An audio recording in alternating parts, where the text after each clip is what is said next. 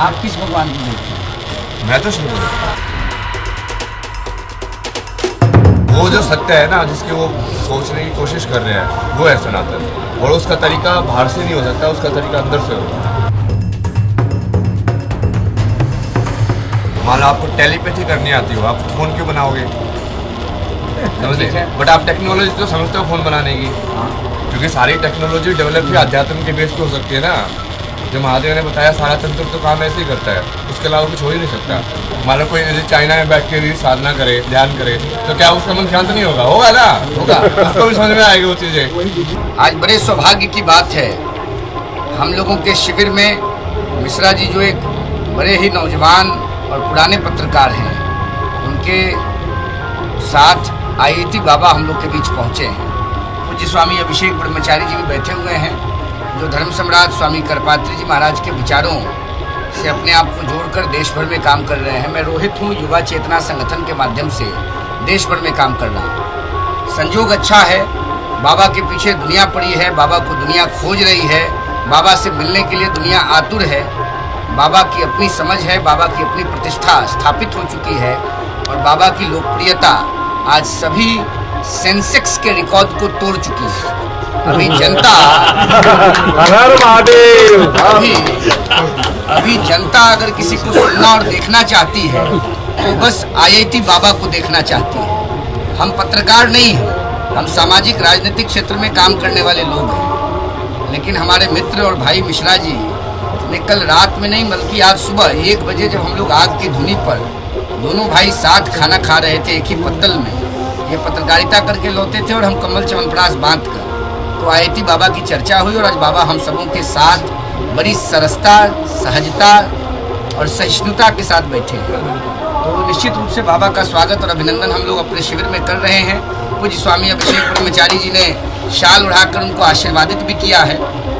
बाबा से 2-3 बातों पर हम चर्चा करना चाहेंगे इनके परमिशन से, क्योंकि इन्होंने एलन मस्क की बड़ी अच्छी बात कही। उन्होंने बड़ा अच्छा कहा कि सनातन पुरातन है और सनातन ही सबका मूल है।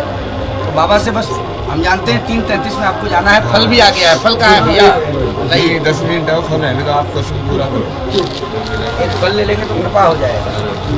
संत के स्वरूप में आप हैं और भारत देश ऐसा है कि जिसके शरीर पर भगवा, उसी के चरणों में हम लोग लौट जाते हैं। आप तो आज सबसे लोकप्रिय बाबा के रूप में देश में स्थापित हो चुके हैं। सनातन को आप किस रूप में देखते हैं? आज जिस प्रकार से विपक्ष में बैठे राजनेता, I am not talking something political and futile, मैं आपसे पूछना चाहता हूं क्योंकि आप बहुत पढ़े लिखे हैं और आपके बारे में जो चीज़ें सोशल मीडिया पर छन के सामने आ रही हैं, एक बड़ा वर्ग आपके पीछे खड़ा होता जा रहा है, गुटबंद हो गया। और मैंने क्लियर कहा कि निफ्टी और सेंसेक्स दोनों के सारे आंकड़े ब्रेक कर चुके हैं और सब शेयर गिर चुका है, शेयर सबसे ज़्यादा आपका ऊपर जा रहा है। सनातन के बारे में आपका क्या मानना है? Science is also trying to find the ultimate theory of the universe, the ultimate equation, right? तो वो सत्य जो वो पहुंचने की कोशिश कर रहे हैं कि एक चीज़ से हम सब कुछ बता पाए, अल्टीमेट इक्वेशन।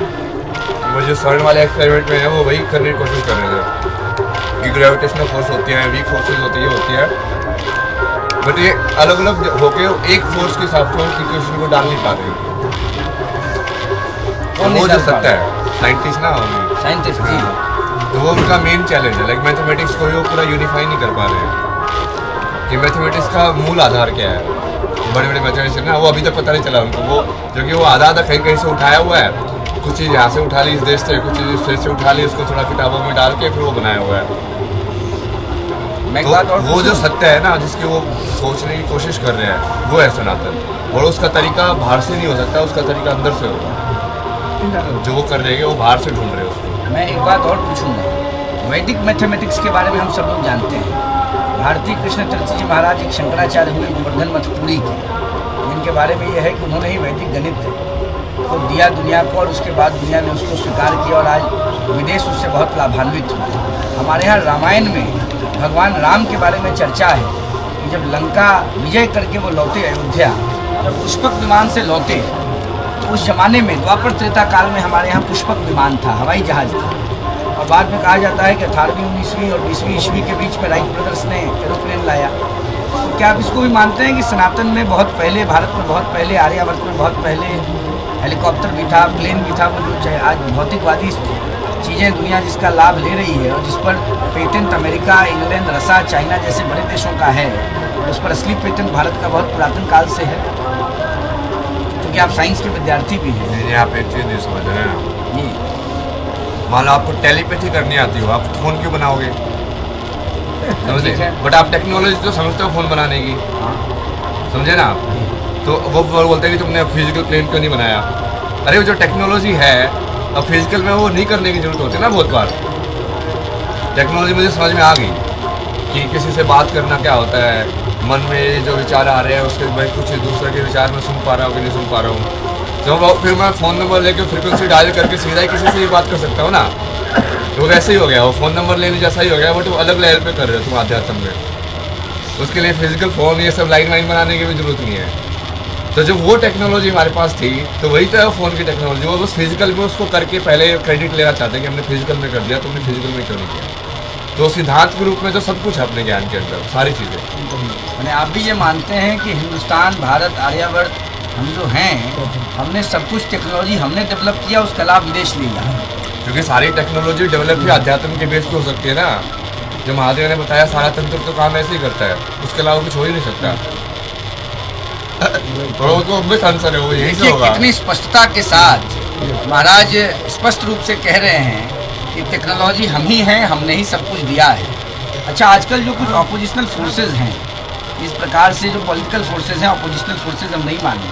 ये कहते हैं कि कुंभ स्नान, पाप, पुण्य और कई प्रकार की राजनीतिक बातों को नहीं, आपको लास्ट वाला गलत है ना आपने। और वो टेक्नोलॉजी हमारी मत बताओ, क्योंकि जो सनातन का सत्य है वो कोई भी इंसान जब सत्य तक पहुंचेगा तो उसी सत्य तक पहुंचेगा, तो वो किसी का नहीं हो सकता।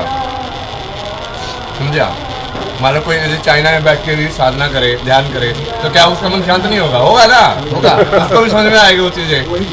तो ऐसा तो है नहीं कि वो ऋषि मतलब यहाँ पे ज़्यादा कर सकता अध्यात्म है। आप सनातन को मान रहे हैं या पूरे विश्व को अध्यात्म मान रहे हैं? यही नहीं, एक ही सत्य है ना फिर वो क्या जो सनातन सत्य है ना? हाँ हाँ आप मानते हैं ना कि सनातन ही सत्य है? हाँ। नहीं, बट वो सनातन हमारा है ये नहीं हो सकता ना। सनातन सबका है, वो भी तभी वो सनातन है। ये तो मान ही रहे हैं, हाँ, क्योंकि हम हाँ, सनातनी हैं, इसलिए हम कह रहे हैं कि हमारा। नहीं, उसमें क्या है ना कि बहुत सारी चीज़ें जैसे अलग अलग जगह पे भी काफ़ी उन्होंने किया है काम, जैसे अफ्रीका के अंदर भी, या फिर वही इजिप्शियन सिविलाइजेशन में भी ये सिमेट्री वेट्री के ऊपर जो हमारे ऋषियों ने काम किया है। जी, तो मैं आपसे ये समझना चाह रहा हूँ, वो मान रूल लीजिए का भी कोई सेम क्रिश्चियन था। है, कोई क्रिश्चियन है और वो चर्च में बैठ के साधना करे, वो क्या सनातनी हो सकता है?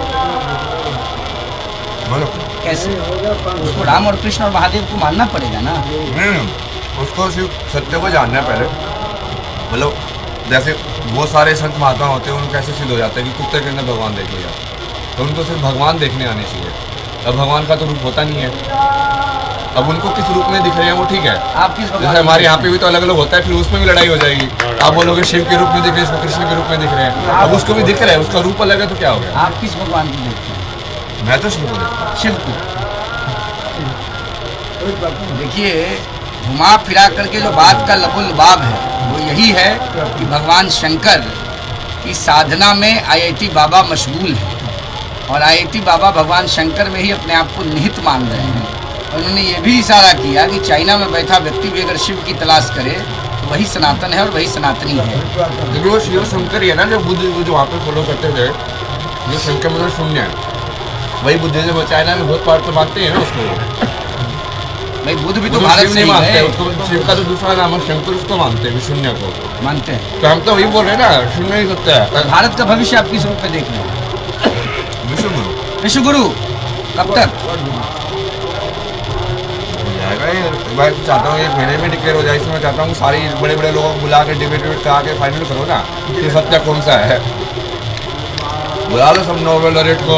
बाबा कह रहे हैं कि भारत विश्व गुरु बनने जा रहा है और बहुत जल्दी बन जाएगा। कर दो, एक मंथन करा दो, फिर सारी वर्ल्ड की नॉलेज में ऐसे हो ही ना कि हाँ वो आधे लोग अपना क्लेम कर रहे हैं, ये अपना क्लेम कर रहे हैं। ज्ञान तो एक ही होगा।